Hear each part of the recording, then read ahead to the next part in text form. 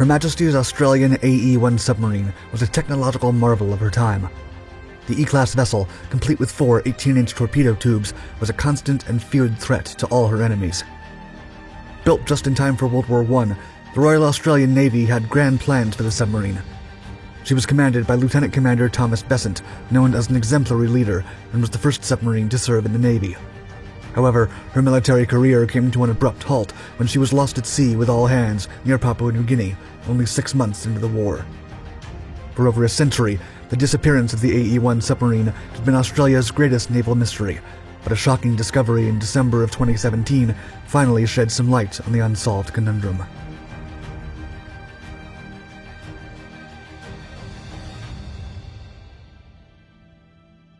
The vessel of the future.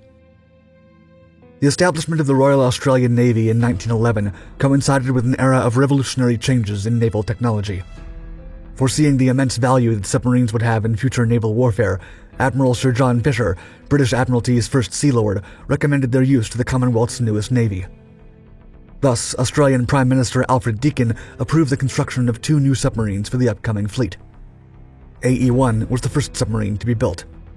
Measuring 181 feet long, the E-class boat had a maximum diving depth of 100 feet, or 200 feet with the addition of watertight bulkheads that further strengthened her hull. An arrangement of 2 propellers, driven by an 8-cylinder 800 brake horsepower engine and a 420 brake horsepower electric motor, gave the submarine a maximum speed of 15 knots while surfaced and 10 knots while submerged. While there were no fitted guns aboard, the AE-1 had 4 18-inch torpedo tubes placed in the bow, stern, port, and starboard to protect the submarine and the crew in case of warfare encounters, and it also had an extra spare torpedo for each tube. Built by Vickers Limited at Barrow-in-Furness, England, the AE-1 was laid down in November of 1911, launched in May of 1913, and officially commissioned into the Royal Australian Navy in February of 1914. The Royal Australian Navy's forces were still limited and minuscule compared to the other world powers at the time, with a fleet consisting of only a battlecruiser, 4 light cruisers, 3 destroyers, and 2 new submarines.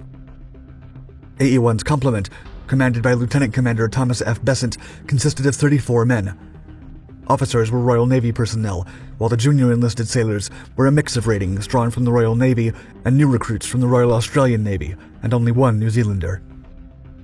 After commissioning, AE-1 and AE-2, her sister ship and the second submarine ever built for the Australian Navy, left England for Sydney on May 24, 1914. Only 2 days after the naval submarine's arrival in Australia, Europe became embroiled in chaos when Austria sent an ultimatum to Serbia, which was likely to be rejected. War seemed inevitable, and it would involve the British Empire. Then, on August 5th, Australia received news that Britain and Germany were officially at war. A major loss. Following the official announcement, AE-1 joined the Australian Naval and Military Expeditionary Force, or AMNEF, and departed towards German New Guinea. The Expeditionary Force was tasked with seizing and destroying enemy wireless stations in the surrounding Southwest Pacific Islands. These combined operations were highly successful and resulted in the capture and subsequent occupation of German Pacific colonies on September 13, 1914.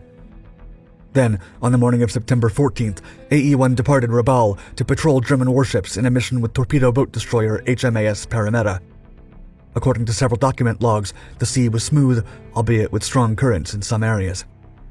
After drifting apart during the late morning, the 2 vessels rendezvoused in the afternoon, and Parramatta's crew lost sight of AE-1 off the Duke of York Islands at 3:20 p.m. Assuming that the submarine had returned to Rabaul, Parramatta's commander was not concerned and gave the order to return to port on her own. When AE-1 failed to return by sundown, the Royal Australian Navy started a frantic search, with several Australian warships looking for the missing submarine using flares and searchlights. The search party did not find anything, despite covering a vast area that followed AE-1's most probable return course south and east of the Duke of York Islands. Only 1 Australian crew spotted an oil slick in the distance, but the occurrence was quickly disregarded, as it was over 30 miles northwest of the submarine's last known position. After 3 days of searching, with no trace of the submarine or even a single clue to her disappearance, the Australian Navy called off the mission and listed HMAS AE-1 as lost with all hands. The mysterious and tragic disappearance of the AE-1 submarine and her crew of 35 men would be regarded as the Royal Australian Navy's first ever naval disaster. Aftermath. On September 19th, Admiral Patey, commander of the Australian fleet in charge of naval operations, officially announced the disappearance of AE-1 to the Australian media, followed by messages from the Minister for Defence and Prime Minister Andrew Fisher.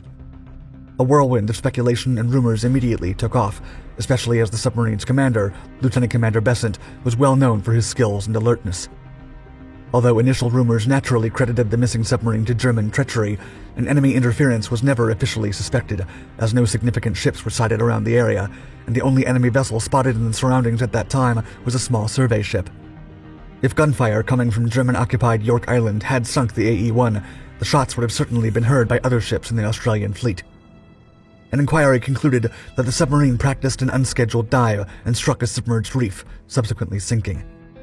However, the deep waters where the submarine was last seen were not regarded as dangerous, or the sort of area in which a vessel could hit a reef unless she approached the shore. The theory was that she may have come up so close to a coastal reef that the rocks shredded her sides.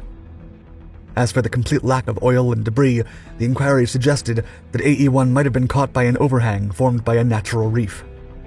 Despite the successful seizure of the German colonies in the South Pacific and New Guinea, the loss of the AE-1 with her entire complement of 3 officers and 32 sailors marred the operation. In a country trying to recruit as many eager and young volunteers as possible, this unexplained and terrible loss so early in the war struck a deep chord in its morale. Over the next 4 years, the new Australian Navy was thrown into one of the most significant and devastating conflicts the world had ever seen, suffering a massive amount of casualties, and the submarine's disappearance became the country's most enduring naval mystery, remaining unsolved for an entire century. 100 years later. For more than 60 years, the submarine and her crew were largely forgotten amid the growing Australian Navy.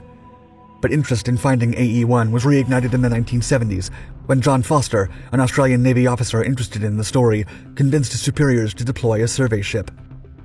Although HMAS Flinders found potential sonar contact in 1976, the ship did not have a sophisticated enough side-scan sonar to make a definitive determination, and the ship conducted several failed searches.